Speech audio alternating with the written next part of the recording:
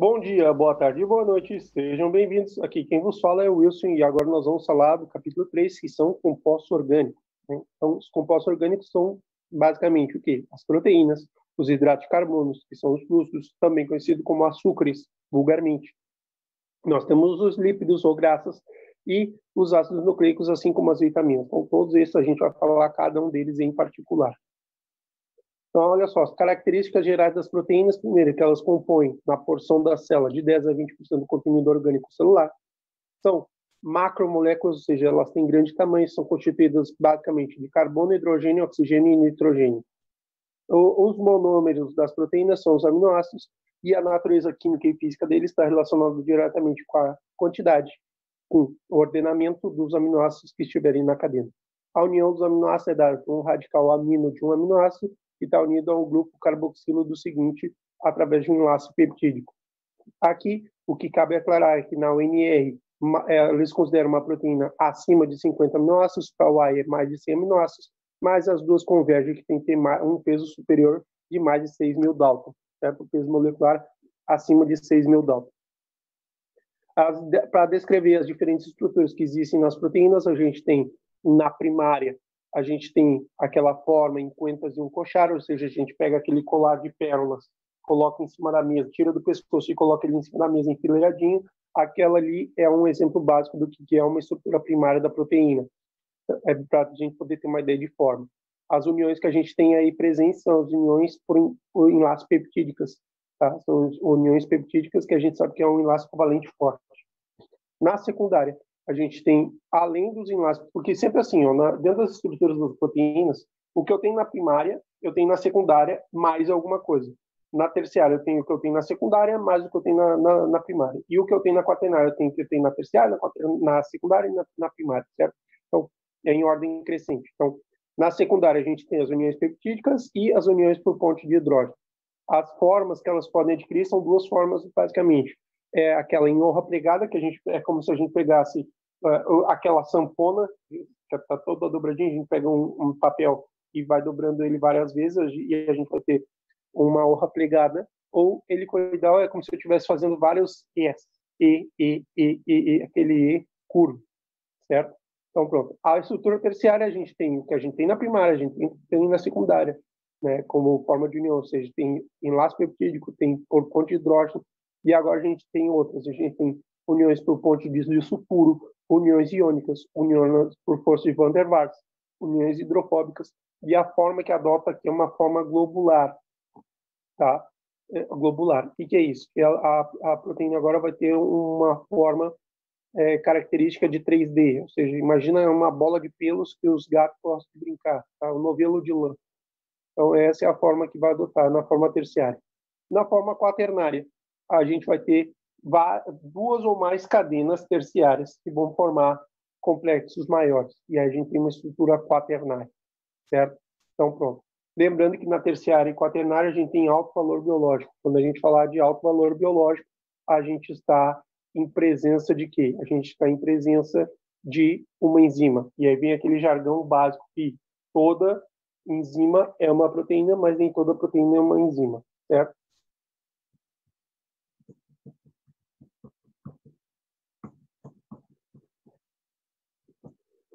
Pronto. Continuando, então, aqui a gente vai mencionar os tipos de proteína, tá? A gente tem as simples, que são as histonas e as globulinas. A gente vai falar bastante das histonas porque elas dão estabilidade para ADN. E as conjugadas são aquelas proteínas que são associadas a um grupo não proteico. Por exemplo, quando eu tenho lipoproteínas, glucoproteínas, mucoproteínas, ou seja, proteína mais um grupo não proteico. As insolúveis, a gente tem a queratina e o colágeno. As solúveis, a gente tem a albúmina. Para dar um exemplo de proteína intracelular, a gente tem as histonas. Eu já disse para vocês que elas são muito importantes, que elas vão brindar estabilidade para o ADN. Aqui a gente tem várias, para pelo menos mencionar uma função das proteínas, tá? E aí o que a gente tem? Estrutural, colágeno e queratina. Hormonais, insulina. Antibióticos naturais, linfócitos T e linfócitos B. Enzimáticas, lipasas e amilases. Contráctiles, actina e miosina. Energéticas, a gente já tem que saber que para cada 1 gramo que é produzido para cada 1 grama de proteína, a gente consegue produzir 4 quilocalorias. Armazenadora, que eu tenho a ferritina, e defensiva, que eu tenho anticorpos e interferon. As transportadoras, a gente vai ter a hemoglobina, e a moduladores celulares, a gente tem a proteína P53, que essa proteína P53, ela é responsável pelo suicídio celular ou morte celular programada, certo? Agora a gente vai falar aqui o que precisa se saber é o que eu tenho. Aminoácidos são essenciais e aminoácidos são não essenciais. Os essenciais são aqueles aminoácidos das quais eu só consigo adquirir através da dieta. Ou seja, o organismo não tem capacidade de produzir eles. Então, esses são essenciais. Eu tenho que consumir eles na dieta, sim ou sim. E os não essenciais são aqueles que o organismo, de alguma forma, consegue produzir. Tá? Então, essa é a diferença básica de essenciais e não essenciais. Agora, a gente vai falar das características gerais dos hidratos de carbono ou glúcidos. Tá? São conhecidos como açúcares. Então, eles vão formar parte, numa proporção na célula, de 1% do contenido orgânico celular. São moléculas terciárias formadas por carbono, hidrogênio e oxígeno. Os seus monômeros são os monossacáridos, e as propriedades químicas físicas dele é basicamente o quê? São a principal fonte de energia e reserva de combustível da célula. A união que eles vão ter em enlaces glucosídicos, e a classificação eles são simples e conjugados. Aqui, para descrever os tipos de monossacáridos, a gente tem que lembrar que os tipos de monossacáridos vão variar de acordo com o número de átomos de carbono que ele tenha na sua estrutura. Ou seja, se eles têm 3 átomos de carbono, triose, 4 átomos de carbono, tetrose, 5 átomos de carbono, pentose, e 6 átomos de carbono, hexose. Certo? Então, 6 átomos de carbono, hexose. Então, os mais importantes aqui são as pentosas e hexoses. As pentosas, elas são o quê? São basicamente o quê? A gente já vai ver que são a ribosa e a desoxirribosa, que estão presentes nas estruturas. A ribosa no ARN e a desoxirribosa no ADN. E as hexosas, que são a glucosa, a galactose e frutose, e a gente vai estudar elas com bastante afinco. Aí eu deixei no card que vocês estão assistindo agora, eu tenho uma estrutura, uma forma linear e uma forma cíclica. Tá? As duas formas são aceitas em bioquímica, em química, a descrever os tipos de disacáridos. São, o monossacárido é uma coisa que a gente acabou de ver, e agora a gente vai ver disacárido. Disacárido é o quê? Bem simples, quando eu tenho a união de 2 monossacáridos. Então, eu tenho glucosa mais maltosa, glucosa mais frutose, sacarosa, glucosa mais galactose, lactose. É bem simples. Lembrar que a frutose a gente encontra ela na cana-do-açúcar, o açúcar do leite a gente tem a galactosa, e a maltosa normalmente a gente observa ela no malte da cerveja. Os polissacáridos, eles apresentam na sua estrutura, eles têm que apresentar mais de 10 monossacáridos. Tá? Então a gente tem os simples, que são almidão e glucógeno, né? O glucógeno é a forma ramificada do polissacárido, tá? Associado a outras substâncias. Por exemplo, eu posso ter uma glucoproteína, o glucolípido sempre conjugado, lembrar de conjugado, cônjuge, está casadinho com alguém. Tá? Os complexos, que são os derivados de monossacáridos associados a monossacáridos ou disacáridos, que a gente tem o pectínio, e os glucosaminoglicânicos, certo? Aqui a gente vai começar a falar das características generais dos lípidos ou graxas, tá? A famosa gordura. Então, elas na proporção dentro da célula de 2 a 3% do contenido orgânico celular, e são moléculas terciárias formadas por carbono, oxigênio e hidrogênio, e são relativamente insolúveis em água e solúveis em solventes orgânicos. Então, o que a gente vai ver aqui? Os monômeros. Aqui, diferentemente das outras que a gente viu, os lípidos têm 3 monômeros. 3 coisas que podem formar os lípidos. 2 monoglicéridos, colesterol livre e ácido graxo livre. Então, a propriedade química e física, ele tem reserva energética, aislante térmico, proteção mecânica, suporte no organismo, e podem funcionar como vitaminas e hormônios. Aqui eu sempre falo gordo apocalíptico, porque ele faz com que a gente tenha essa ideia, que o gordo apocalíptico ele sobrevive melhor a um apocalipse, a uma crise. Por quê? Porque se não tiver mais comida, ele é o último a morrer, porque ele tem mais reserva energética que o magrinho. E se tiver um frio nuclear, que vai ficar por muitos anos com frio, o gordinho consegue se manter quente porque ele tem um isolante térmico natural. E a proteção mecânica, você vai brigar com o gordinho para você ver, você vai levar uma ruim. Se o gordinho te acertar uma mãozada na cabeça, já era. E se mesmo que você estiver empunhando uma arma branca, não é a mesma coisa você dar uma facada no gordinho do que dar uma facada no magrinho. Ele tem mais estrutura para poder se defender de gordura, tá? E a gordura, como tal, pode atuar ainda como vitamina e hormônio. A união, eu posso ter uniões saponificáveis, que têm enlace éster, e não saponificáveis, que não apresentam enlace éster. A classificação dos lípidos, uma das classificações dos lípidos é que eles são simples, esteroides conjugados ou complexos. Aqui a gente vai ver da classificação dos lípidos conforme a como eles são constituídos. Então, olha só, os simples, eles estão constituídos por ácido graxo e glicerol. Quem é que são? Glicerol e ceras. As estruturas cíclicas complexas, tá? Ou esterificadas. O que a gente tem? A gente tem esteroides, colesterol, hormônios sexuais, vitamina D e ácidos biliares. Os associados a substâncias não lipídicas, ou seja, os conjugados, eles são fosfolípido, glucolípido, carotenoides e lipoproteínas. Esses são substâncias associadas a substâncias não lipídicas. E aí a gente tem outra classificação, que é quanto à união, né? Que são saponificáveis, que têm união de éster, e insaponificáveis, que não têm união de éster.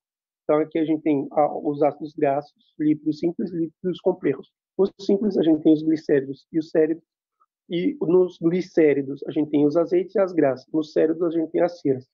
Nos lípidos complexos, a gente tem os glicerolípidos e os esfingolípidos. Dentro dos esfingolípidos, a gente tem esfingomielina, cerebrócitos e gangliócitos. Lembrar que o gangliócito, eu já falei em outras oportunidades, ele é responsável, ele é a membrana que recobre o sistema nervoso central, tá? E quem produz ele é o Golgi. Os insaponificáveis, a gente tem os isoprenoides, esteroides e eicosanoides. Os isoprenoides são das vitaminas e outros compostos. Os esteroides são esterólios, hormônios esteroideas e ácidos biliares. E os eicosanoides, a gente vai ter a prostaglandina, tromboxano e leucotrieno. Aqui a gente vai ver os ácidos nucleicos. Tá? Então, os ácidos nucleicos não são quantificáveis na célula e são macromoléculas poliédricas formadas por monômeros designados nucleótidos, e os nucleótidos estão integrados por quê? Por um glúcido, um grupo fosfato e uma base púrica e pirimídica, certo? Então, isso é basicamente o que a gente tem a composição dos ácidos nucleicos. Então, monômero, nucleótido, as propriedades químicas e físicas são várias, eu vou falar mais adiante, porque não tem espaço o suficiente para poder falar aí. A união por fósforo de éster e o classificação tem mononucleótido, dinucleótido, polinucleótido. Aqui, só para vocês poderem entender o que a gente está falando, os nucleótidos estão integrados por quê? Por um grupo fosfato e um glúcido. O glúcido vai depender sempre do quê? Vai depender se eu tenho presença de um ADN ou um RN. Se for um ADN, eu tenho desoxirribose como glúcido. Se for um ARN, eu tenho ribose.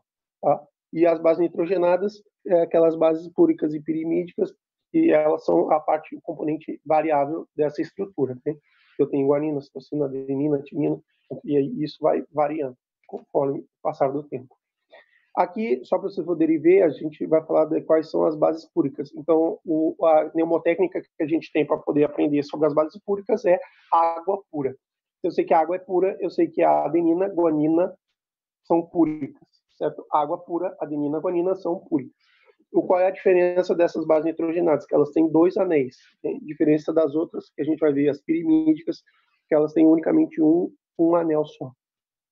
Então, as pirimídicas são quem? Todas as que eu não nombrei antes. Então, citosina, timina e uracilo são bases nitrogenadas pirimidínicas.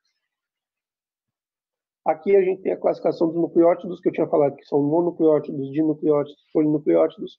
Os mononucleótidos, a gente tem ATP, ADP, AMP, que é adenosine trifosfato, adenine difosfato, adenosine monofosfato. E eu tenho o AMP cíclico e o GMP cíclico, que são os segundos mensageiros, que a gente vai ver mais adiante quando estiver estudando bioquímica. Os dinucleótidos são certas vitaminas do grupo B, e polinucleótidos, que são bem conhecidos, a gente tem o ADN e o ARN. Para descrever a forma do ADN, então a gente sabe que o ADN é o quê? É uma doble hélice que são paralelas entre si, que está composto por bases nitrogenadas, adenina, timina, guanina, citosina, certo? Aqui a gente vai ver as diferenças do ADN com o RN, ou seja, o açúcar que eu já falei, no ADN é desoxirribose, no RNA é ribose, a base nitrogenada, no ADNA a gente tem adenina, timina, citosina, guanina, no RNA a gente tem adenina, uracilo, citosina, guanina. No DNA está localizado no núcleo, o RNA geralmente no citoplasma.